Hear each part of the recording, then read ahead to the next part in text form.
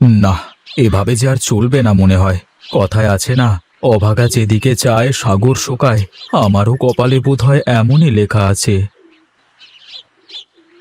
না, চারপাশে কেউ নেই।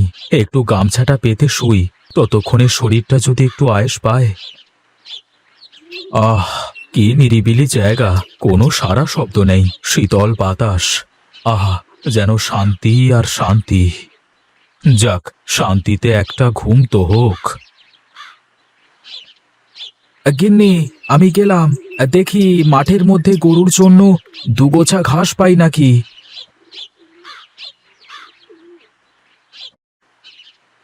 ওরে বাবা রে, এই মাঠের মধ্যে একই রোদ রে বাবা। যাই দেখি, আস্তে আস্তে কোনো ছায়াটায় বসে দুগোছা ঘাস কেটিয়ে নিয়ে আসি। তা না হলে অবলা জন্তুগুলো বেশ কষ্ট করবে। ওই তো, কে মনে হচ্ছে ওখানে গাছের নিচে ঘুমাচ্ছে। দেখি তো গিয়ে। আরে, এ তো দেখছি আমাদের বিনোদদা। বাপরে, কি ঘুম! একদম মনের সুখে নাক ডেকে ঘুমাচ্ছে। দাঁড়াও, তোমার আরামের ঘুম আমি কিভাবে নষ্ট করি দেখো।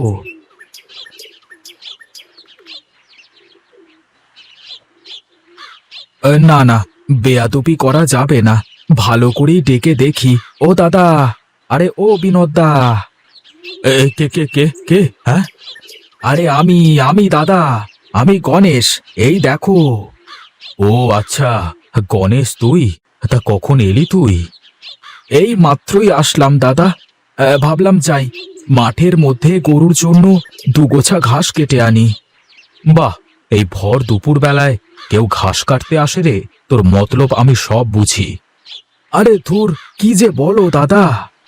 সত্যি কথাই বলি, এখন কেউ মাঠে নেই। সেই সুযোগে তুই মানুষের জমি থেকে লাগানো ঘাস টাস কেটে নিয়ে যে খাওয়াবি?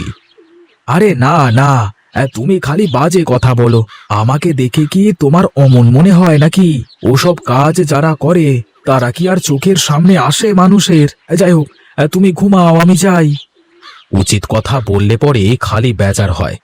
না, ঘুমটাই নষ্ট করে দিল। যাই দেখি, বাড়ির দিকে যাই এবার।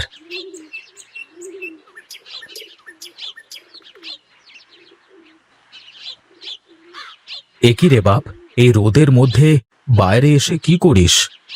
জানো বাবা, আমার দোস্ত গোপাল এই গুলটি বাঁট দিয়ে অনেক পাখি মেরেছে। আমি না একটা পাখির গায়েও লাগাতে পারছি না। এসব ভালো কাজ না বাবা। পাখি আমাদের কত উপকার করে।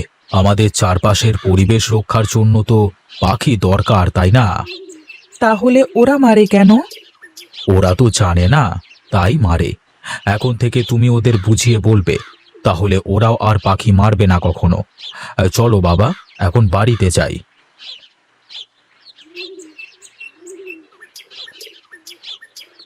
যা বাবা, ঘরে গিয়ে তোর মাকে বল খাবার বাড়তে।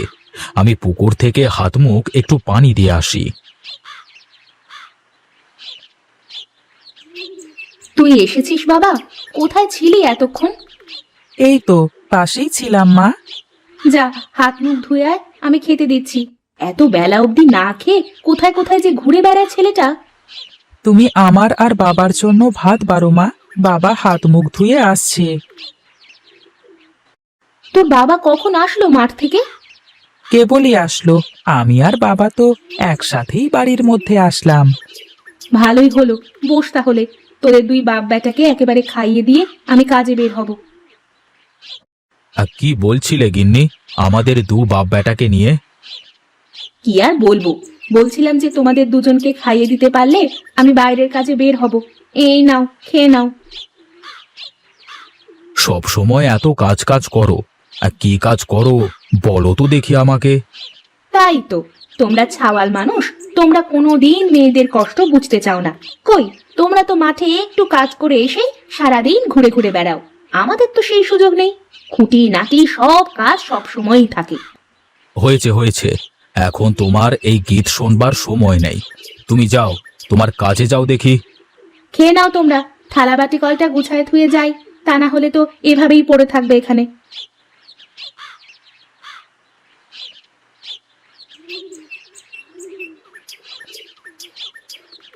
কই রে হরি, এই বাড়ির ভেতর তো কাউকে দেখতে পাইনে রে। দাঁড়ান দাঁড়ান, একটা ডাক দিয়ে দেখি কর্তা। ঠিক আছে ঠিক আছে, তাড়াতাড়ি ডাক দে দেখি। ও বিনোদ, বিনোদ, এই বাড়িতে আছিস নাকি রে? কর্তা মশাই এসেছে তোর সাথে দেখা করতে। কর্তা আপনি? আসেন আসেন, ভেতরে আসেন, বসেন। এই না না, আমি বসতে আসিনি, আসলাম তোকে একটা কথা বলতে। জি কর্তা, বলেন কি বলবেন। আরে গত বছর তো কিছুই দিলি না, তার উপর আবার এবছর যে টাকা নিয়েছিস তার যা সুদ হয়েছে, সব মিলিয়ে তো অনেক টাকা পাওনা হয়ে গেছে। কর্তা, আর কয়েকদিন পরে এবার একেবারে সব টাকা শোধ করে দেব। হ্যাঁ, এ কথা তো গত বছরও বলেছিলি, কিন্তু শেষ পর্যন্ত তো কিছুই হলো না। আমি বলি শোন, এই মাসের মধ্যে যদি টাকা দিতে না পারিস তাহলে তোর জমিটা আমার নামে লিখে দিতে হবে, এই বলে দিয়ে গেলুম। চল হরি। ওগো, উনি কি কথা বলে গেল? এত টাকা তুমি এখন কোথায় পাবে? যেভাবেই হোক আমাকে টাকা জোগাড় করতেই হবে গিন্নি, তা না হলে যে আমার বাবার একমাত্র স্মৃতি ওই জমিটুকুও হাতছাড়া হয়ে যাবে। ওগো, তুমি ভেঙে পড়ো না, সব ঠিক হয়ে যাবে। এত সার মাটি দিয়ে এত যত্ন করে মাত্র এই কটা লাউ ধরলো, আসলে আমার কপালটাই খারাপ, তা না হলে আমার সাথেই কেন এমন হবে।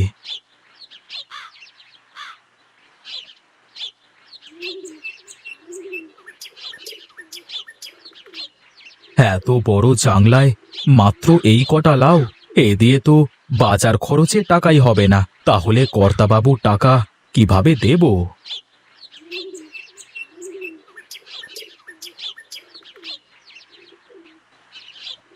একটু জিরিয়ে নি, তারপর যাওয়া যাবে।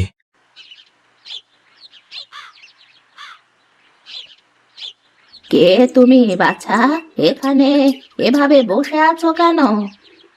আমি বুড়িমা, এই যে এটা আমার লাউয়ের জাংলা, লাউগুলো কাটলাম, বাজারে বিক্রি করতে হবে। বাহ, লাউগুলো দেখতে তো ভারী সুন্দর।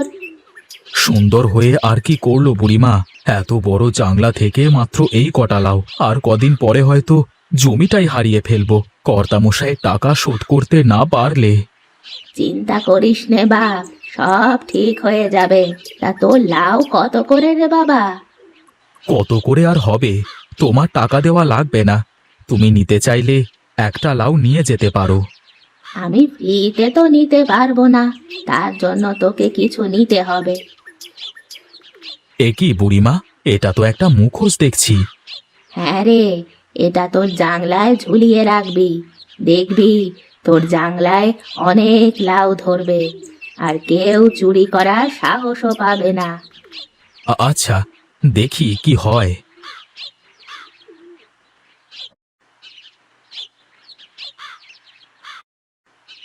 যাই দেখি, বুড়ির কথা শুনে দেখি কি হয়।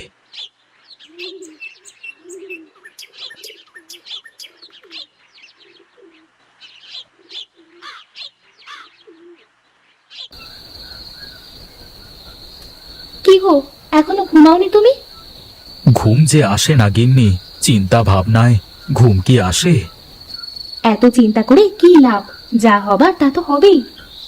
এত আশা করে লাউয়ের চাষ করতে গেলাম, শুনলাম হাজারি লাউয়ের বীজ, এর নাকি এক মোটায় 3-3টে লাউও ধরে, আর আমার সারা জাংলা মিলে এক ঝুড়িও পুজলো না। চিন্তা করো না, তুমি কাল সকালে আবার গিয়ে ভালো করে কয়টা সার মাটি দিয়ে এসো, তারপর দেখোই না কি হয়।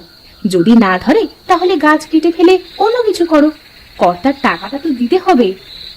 ওই একটাই তো চিন্তা গিন্নি, আমার চোখের ঘুম হারাম হয়ে গেছে সেদিন কর্তার কথা শোনবার পর থেকে। আচ্ছা, এখন ঘুমাও তো তুমি, সকালে উঠে তো তোমার আবার অনেক কাজ।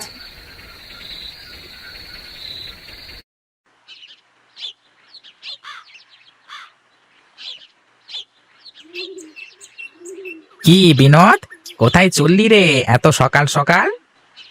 মাঠে যাচ্ছি, কাজ আছে। মনে আছে তো কর্তা বাবুর কথা? হ্যাঁ হ্যাঁ, সব মনে আছে, তোকে আর মনে করিয়ে দেওয়া লাগবে না। হ্যাঁ, কোথায় যাচ্ছ দাদা? তোমার তো কপাল খুলে গেছে গো। কি যে বলিস রে, ঠাট্টা করবার সময় না, এখন যা তুই। আরে ধুর, আমি তোমার সাথে এখন সকাল করে ঠাট্টা করতে যাব কেন? তোমার জাংলায় তো খালি লাউ আর লাউ, আর তুমি না কেটে ঘুরে বেড়াচ্ছ। তুই কি মজা করছিস আমার সাথে? শর্ত, আমাকে যেতে দে। যা রে বাবা, এই মানুষের দেখছি এখন ভালো কথাও বলবার মতো নেই। কি যুগ আসলো!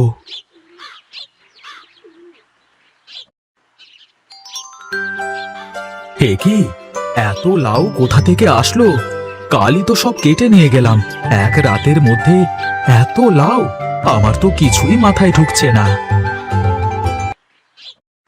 তার মানে সব কি এই মুখোশের তেলেজ মাছি? বুড়িমা আমাকে এই জন্যই তখন ও কথা বলে গেল। যাক, এবার তাহলে বোধহয় বাবার শেষ স্মৃতি এই জমিটা রক্ষা করতে পারবো। যাই, বাড়ি থেকে ঝুড়ি কাছি এনে সব লাউ কেটে বাজারে বিক্রি করে আজই কর্তার টাকা দিয়ে আসবো।